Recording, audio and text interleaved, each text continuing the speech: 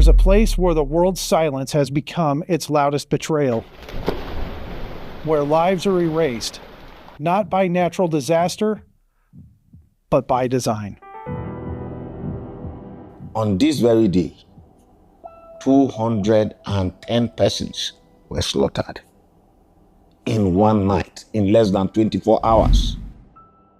It's okay to mention that 100 people or 200 people have been killed in Yelewata, but it is not okay to allow the victims to tell their own story. Our houses are burned, our food items are burned, our sleeping items are burned. It is illegal to have weapons, but why are they having it? So if it is illegal, government should bounce on them to recover the weapons from them. And government has failed to do that. On June 13th, 2025, in Yelewata, Benue State, Nigeria, a Christian farming community became a killing field. Over 270 Christians were massacred, many of them burned alive. Families, fathers, mothers, children, all slaughtered for one reason: their faith in Jesus Christ. This is not random violence. This is an organized, systematic genocide against Christians. I'm Judd Saul, the founder and director of Equipping the Persecuted, a mission dedicated to actually helping Christians on the ground in Nigeria. This is important because most people have never heard this story. They've been told it's just tribal violence or farmers and herders, but this is a lie. This is a targeted, systemic, intentional attack against Christians. This is Christian genocide.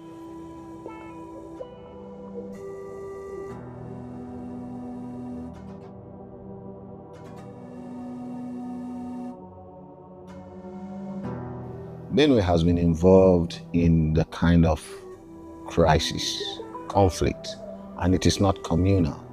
It is actually a crisis of identity where Muslim Fulanis from other parts of Africa, Mali, Chad Republic, Cameroon, Niger, troop into Nigeria on the invitation of their own brothers who are Fulanis to come to Benue, kill the indigenous who are largely Christians. The most prominent of the issues of persecution of Christians is the attacks that are continually waged on Christian communities, particularly in the states of Benue and Plateau. Now, these two have been in the front burner or the epicenter of these terror attacks for their strategic position in the central region of Nigeria. Benue is being controlled by a Christian. Plateau is being controlled by a Christian governor. Politically, the control of these states are by the Christian, and that is what they don't want. Nasarawa has no issue because it's being controlled by a Muslim. And also the fact that Benue stands as the breadbasket of Nigeria, producing the vast majority of the food crops that are consumed across Nigeria and even beyond. And Plateau State, on its own right, stands as the headquarters of Christianity. Looking back in history, there were instances or attempts by the former Fulani jihadists, including Usman Danfodio, to capture these states. But those attempts failed, and it looks like we are having a resurgence of that agenda. Descendants of Usman Danfodio, who are members of the Fulani ethnicity, to ensure that Plateau State is turned to an Islamic empire. Likewise, the breadbasket of Nigeria turning into a caliphate. But the overall objective is to impose a caliphate governed by extremist ideologies, governed by Sharia in Africa's most populous country.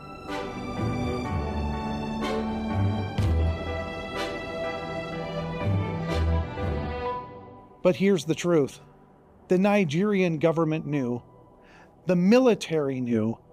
They were warned weeks in advance of an attack that was going to take place in Yelewata, and they sat back and did nothing. They stood by and did nothing. Not only did they fail to stop it, they stood by and watched.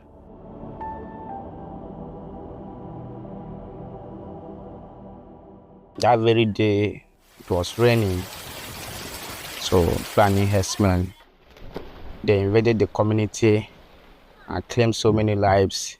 Around 12 midnight, we started having calls from Yelewata that the Fulanis have come and they are killing, burning. Friday night, I was sleeping in my house. See my house there.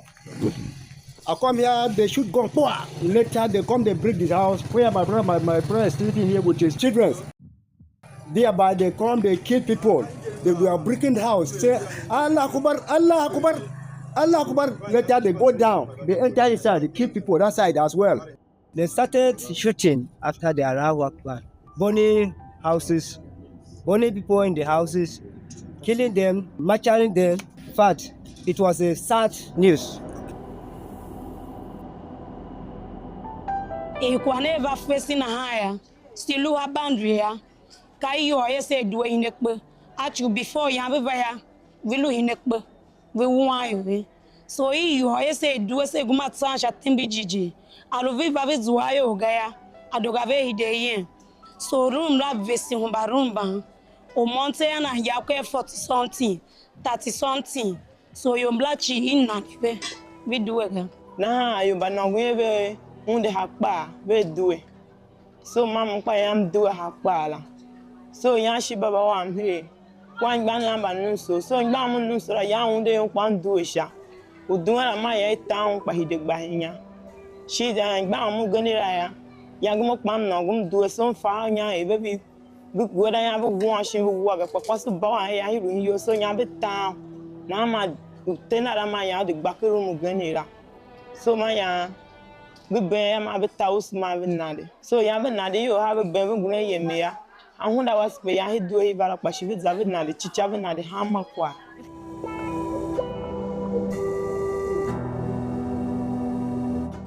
No, that Yelewata is a market where this neighboring settlement, they do come there and exchange, buy things and then sell goods and then go. But because of this Fulani insecurity of a thing, they now move from their villages. Then they settle at Yelewata, which are the market square. Now, this attack is very significant in that it highlights the vulnerability of Christian residents, especially given that you had residents who had been displaced, who had been attacked, most of whom had lost their breadwinners, most of whom had lost, their families and entire livelihoods, seeking shelter in this community that was among the few surviving communities. And then you had these villagers camping in this community, hoping that the presence of a small unit of army and police would provide some respite and protection.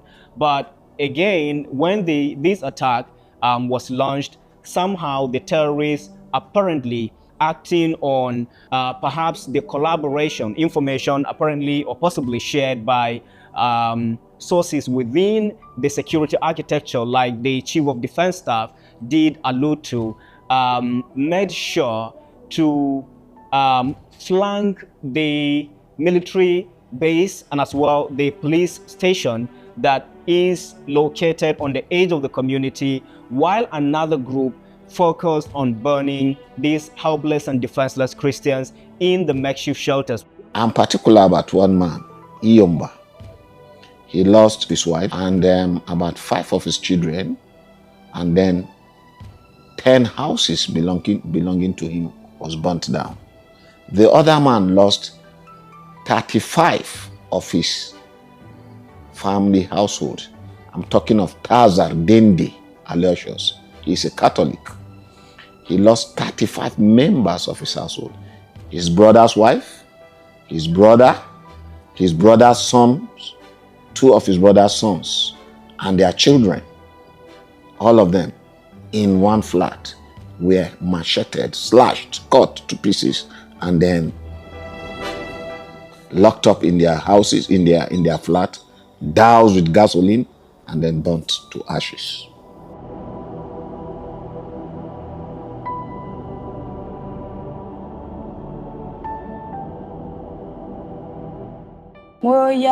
Miya ji ma ve won. Ya me ji ma ve na ya. Ba gwemba ba ve chiri ha hunda ya ma. Modi ya moya. Miye bes na mba wane ke jumi. Ntuma solo hango yo na ha. Mam to speaker mba ve simba. Mve kishi. Mto pere ya signora miye sitaya. Mam go mam chi hati. Mam to mam be na buba buwayo kiyo ne zan. Buwayo kwa hii la do it. Shivinyo, shivuwayo. Do it. Shivinyo lo kwa tani ama. Yamba duwe mabu hafu la yushu. Mabu kandurusu.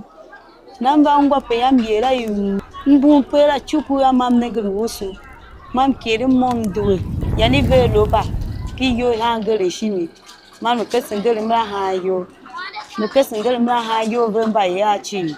Ukpa ku suya. Boda se duwe ku won. Se da ku won. Ma yam kare yama. Vichi hamu. Na ma no sra ma ya hide ma da taki yoshun.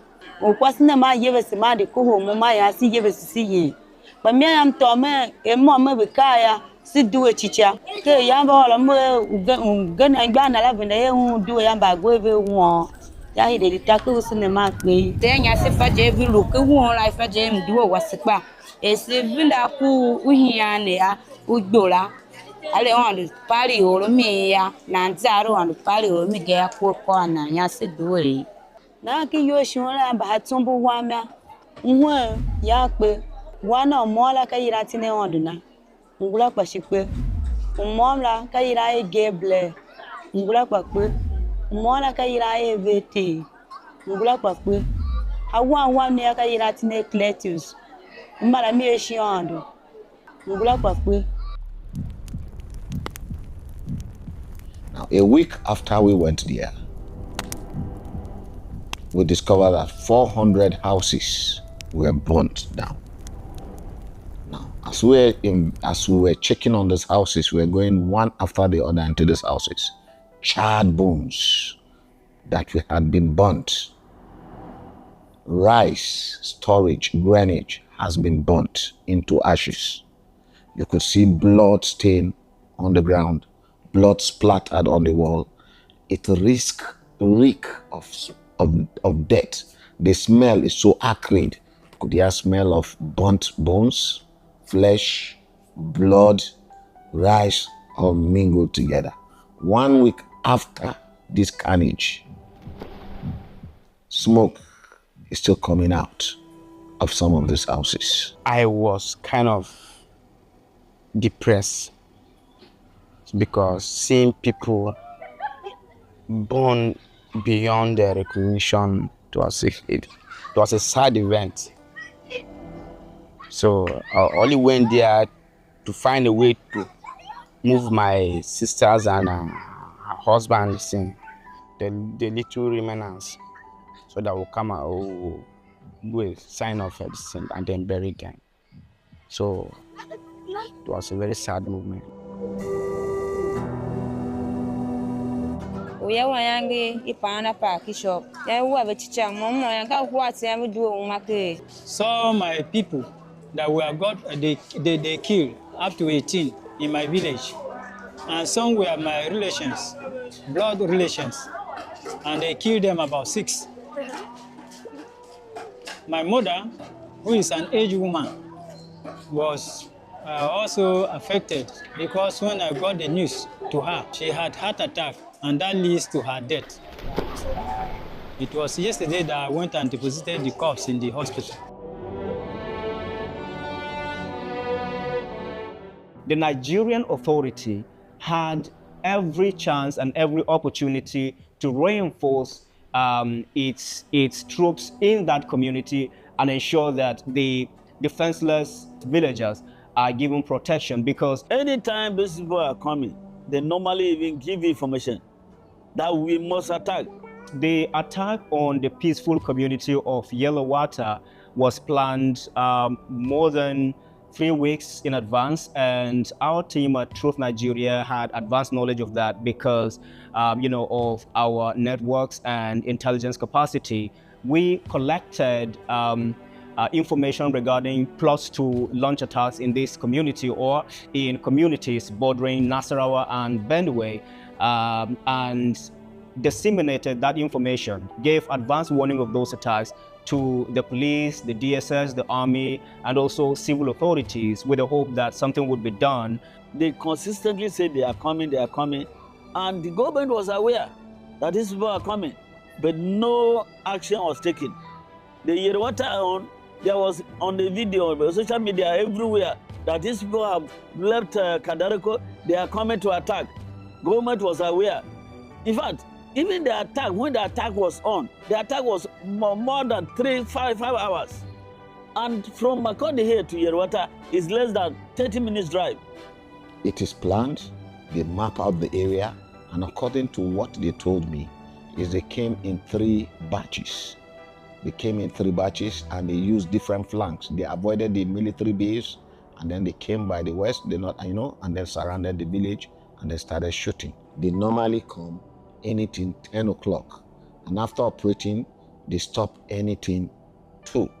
That is how it is. All my experiences, they start by 10, 11, 12, 1. Once it is 2, they don't operate again. When the attack was on, the military were informed, the police were informed, government was informed, but nobody took any action. They did their act for more than 4 or 5 hours and left unhurt. So government is not helping us. And that is what underscores, like I said, the vulnerability of Christian residents in the middle belt of Nigeria.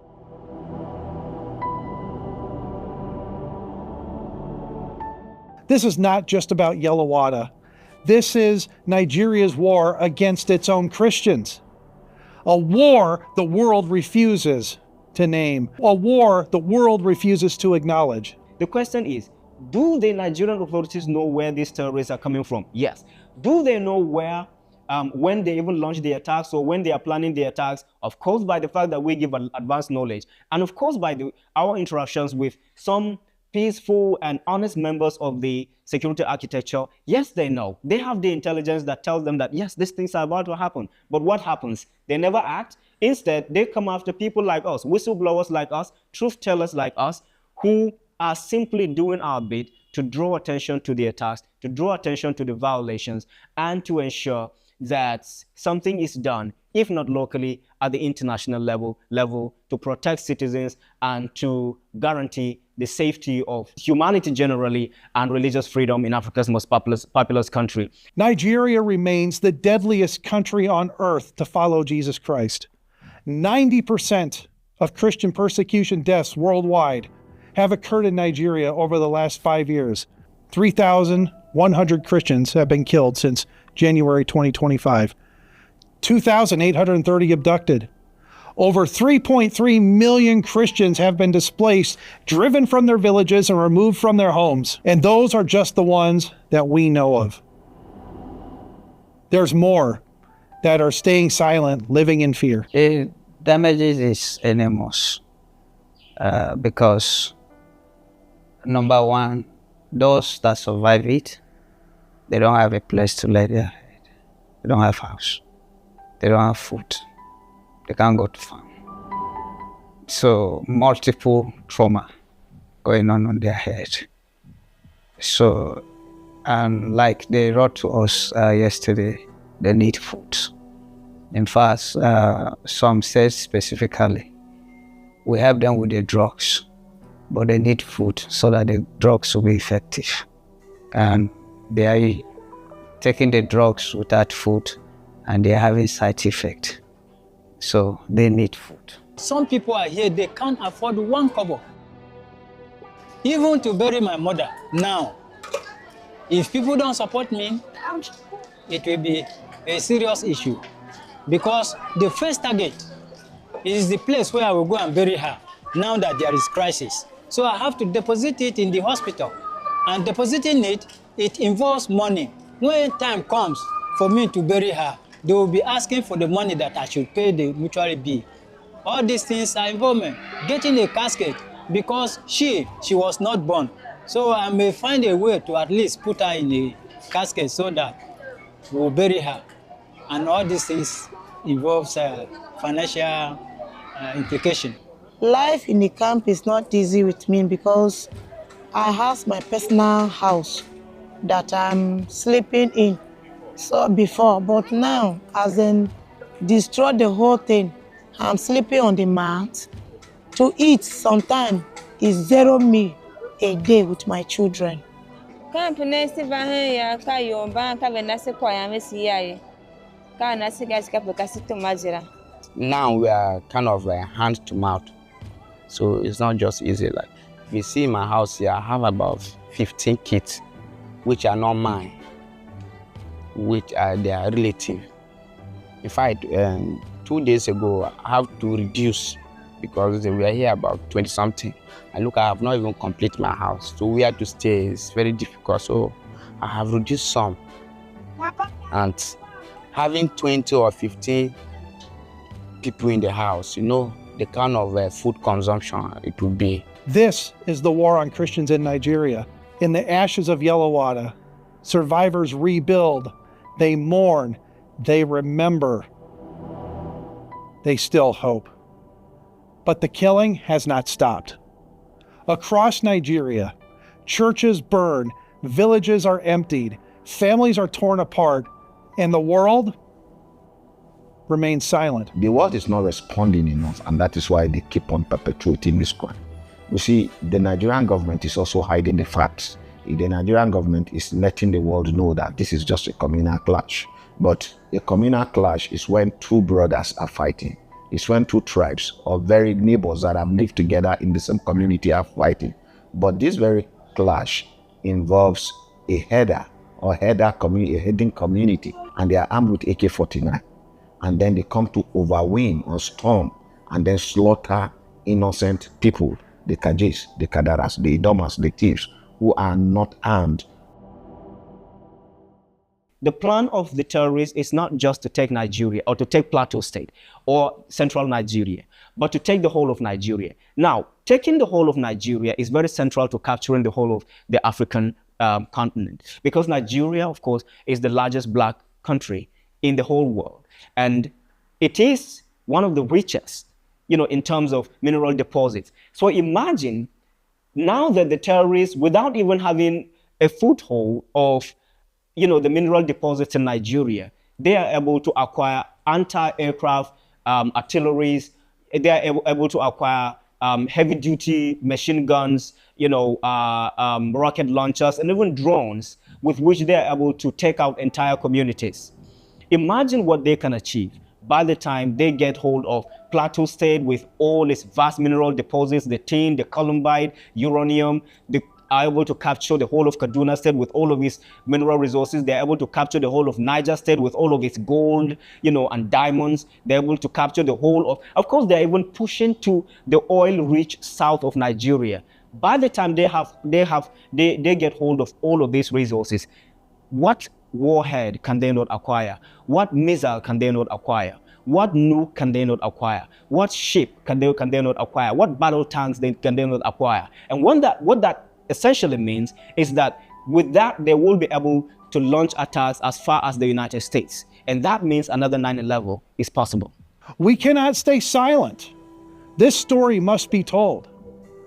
That's why we're calling on you. We're also calling on the U.S. government and the international community to stop buying the false narrative of tribal violence and climate change as the reasons Christians are being killed. When we heard about the attacks that destroy a lot of lives and property, as usual, based on our policies, within 48 hours, we should respond to it. So we quickly put our medical teams and we send them to Makurdi And we helped those that are in North Bank IDP. Then we went to the international market, IDP Kamakode. And then after that, we started going to the hospitals. We've helped in Ayati, we've helped in Naka, so the IDP comes there, Adoka, Toby, and the Makodi, North Banks.